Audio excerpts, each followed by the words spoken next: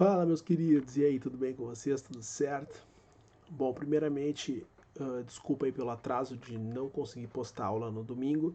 Na verdade, estou gravando a aula no domingo, porém, como é o Dia das Mães, eu optei por não não botar para vocês a aula no domingo, porque dificilmente alguém ia conseguir assistir ela no domingo. Então, estou botando na segunda, tá, pessoal?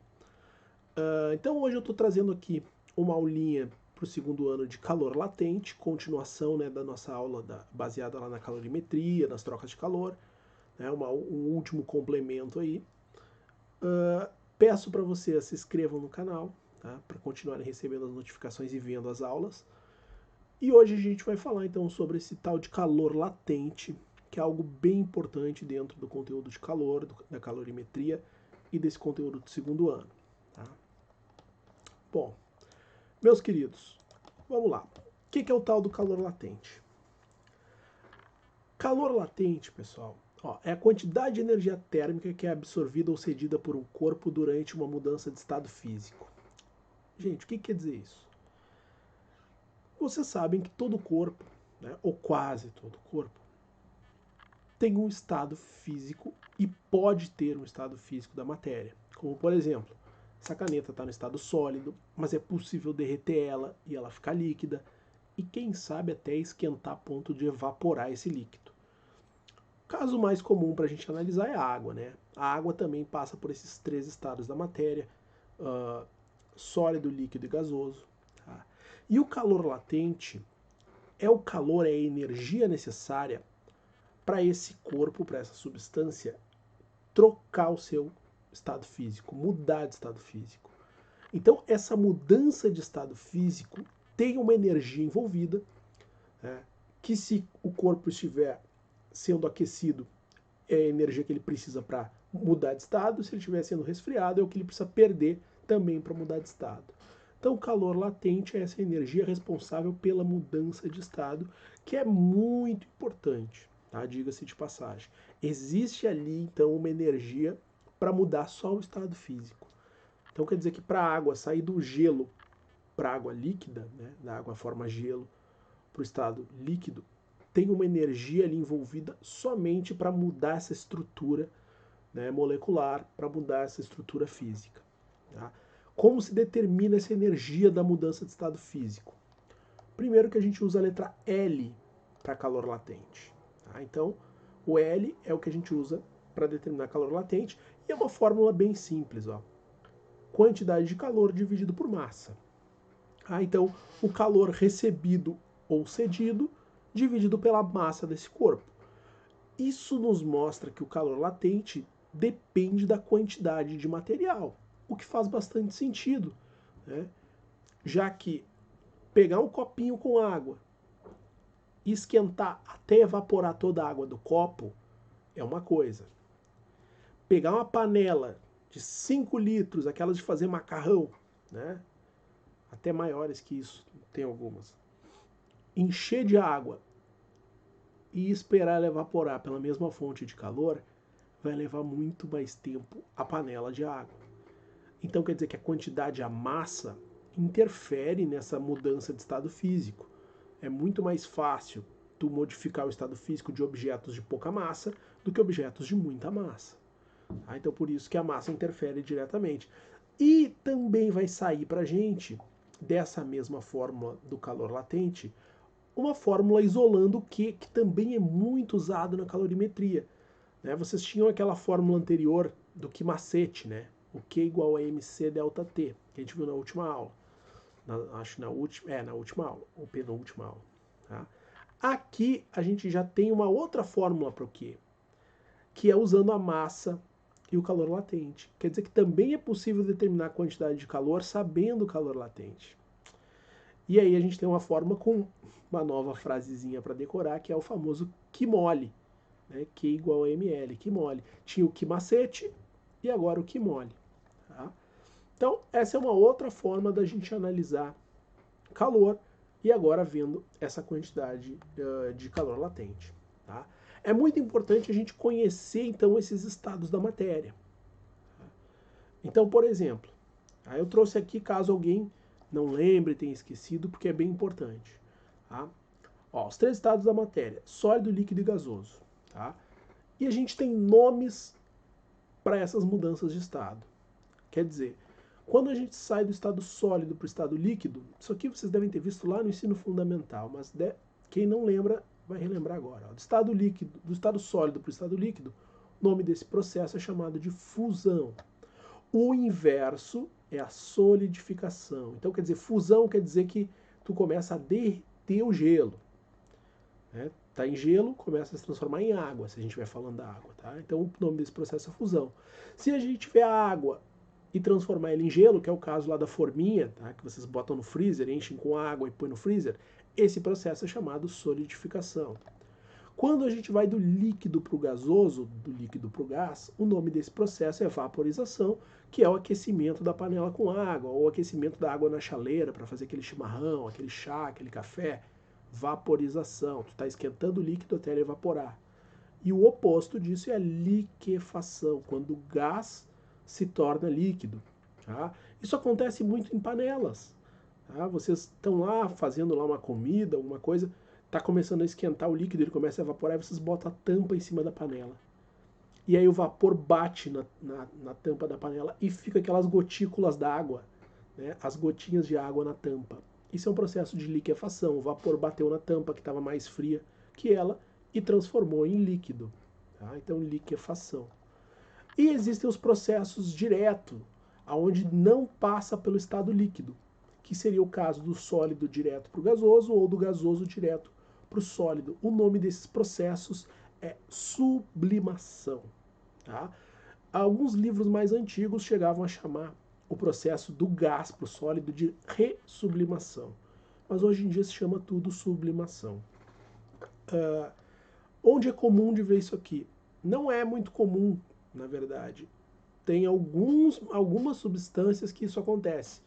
Acho que os casos mais comuns é a naftalina, tá? Que é aquela bolinha branca que se usa em armários, roupeiros, muita coisa de casa de vó que usava para não deixar o cheiro de mofo no guarda-roupa. Naftalina, aquelas bolinhas brancas, que também é usado em mictórios, em banheiros, né, de shopping, banheiros públicos. E muito também conhecido no iodo, só que não o iodo líquido, tá? O iodo, a pedra de iodo, ela também passa por esse estado de sublimação. Quer dizer, o objeto ele derrete, mas não fica líquido. Ele evapora direto. Então ele não fica molhado nesse processo. Ele literalmente sai do sólido para o vapor, sem derreter no estado líquido. Então é um processo um pouquinho diferente. Tá? Então, para cada um desses processos, a gente tem um calor latente, quer dizer, um calor para mudança de estado. Quando a gente muda do sólido para o líquido, tem o famoso calor latente da fusão, até muito usado como LF. Aqui, por exemplo, ó, do líquido para o gás, o calor latente da vaporização, chamado de LV. E tem os processos também inversos. Tá? Qual a diferença de um para o outro? A diferença é que, se vocês forem pensar que nem eu estou pensando, do sólido para o líquido, né, do gelo, por exemplo, para a água, significa que o material tem que esquentar. Tem um aquecimento. Do líquido para o gás, também tem um aquecimento. Então significa que todas essas flechinhas que estão para a direita de vocês são flechinhas que mostram que esse estado, né, da matéria ele está sendo aquecido para passar para essa transformação. Então a gente vai dizer que esses calores latentes são todos positivos, porque eles estão recebendo calor para mudar de estado. Já os que estão com a setinha para a esquerda, ó, do líquido para o sólido, do gás para o líquido, do gás para o sólido, eles estão com a setinha para a esquerda, eles estão sendo resfriados. Eles estão perdendo calor, cedendo calor. Então, nesse caso, o calor latente vai ser negativo para eles.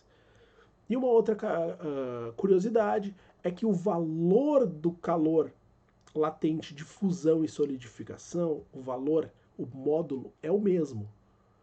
O que muda, na verdade, é o sinal. Então, vamos dizer que, por exemplo, para a água é necessário 80 calorias por grama para trocar, né, para fazer a fusão.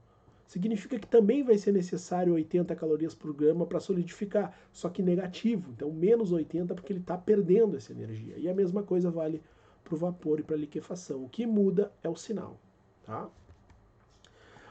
Outra coisa bem importante é a gente conseguir analisar os gráficos de mudança de estado físico. Tá? E um gráfico muito comum que a gente vai ver é o gráfico de temperatura por calor. Tá? É um gráfico muito comum de mudança de estado físico, aonde é muito frequente vocês enxergarem essa escadinha, ó, tá? Aonde o corpo começa, ó, tá aumentando a temperatura, aqui não aumenta a temperatura, ela fica igual numa linha reta horizontal, depois aumenta a temperatura de novo e ela se mantém aqui constante. Olhem só que isso é super importante, ó. As mudanças de fase em substâncias puras ocorrem a temperatura constante. Quer dizer que é nesses estágios aqui, ó, que tem essa linha reta, ó, horizontal, ó, no caso 2 e no caso 4, em que a gente tem de fato a mudança de estado físico. A mudança de estado físico ocorre nessas temperaturas constantes aqui, ó. Então aqui e aqui é que está mudando o estado. Então é aqui e aqui que a gente determina o calor latente. Seriam nessas partes onde tem a linha reta, tá? Onde tem a linha reta horizontal, na 2 e na 4. Então aqui a gente tem duas mudanças de estado físico, por exemplo. Tá? Aqui tem uma mudança, aqui tem outra mudança. Tá? Então são mudanças aí que estão ocorrendo. Então tem um calor latente para cá e um calor latente para cá, sempre na linha reta. Mas tem uma questão que a gente vai fazer depois. Tá? Aqui então tem algumas curiosidades, tá? Só para vocês saberem em relação à água, tá?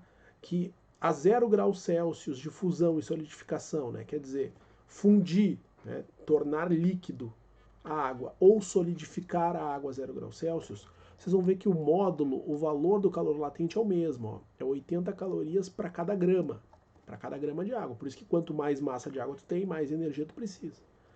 A diferença aqui, ó, na solidificação, que é o de resfriamento, né, tornando o gelo, é negativo. E a mesma coisa da vaporização e condensação. Ó.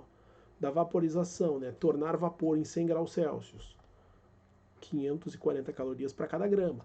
Condensar a 100 graus Celsius. Né? Então, quer dizer, tornar líquido a 100 graus Celsius, menos 540 calorias por grama. Então, o que muda realmente é só o sinal. Tá? O módulo dos valores é o mesmo. Então eu trouxe aqui duas questões, uma que eu vou fazer primeiro e a outra que tem o gráfico para a gente dar uma analisada sobre essa questão de calor latente. Olha só essa questão. Um recipiente armazena 500 gramas de água no estado líquido.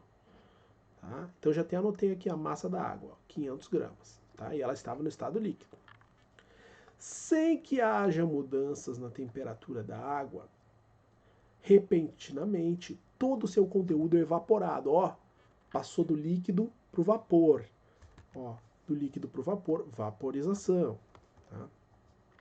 Determine a quantidade de calor transferida para o conteúdo desse recipiente. Tá? E aqui veio um dado, tá? Ó, veio um dado, tá? desse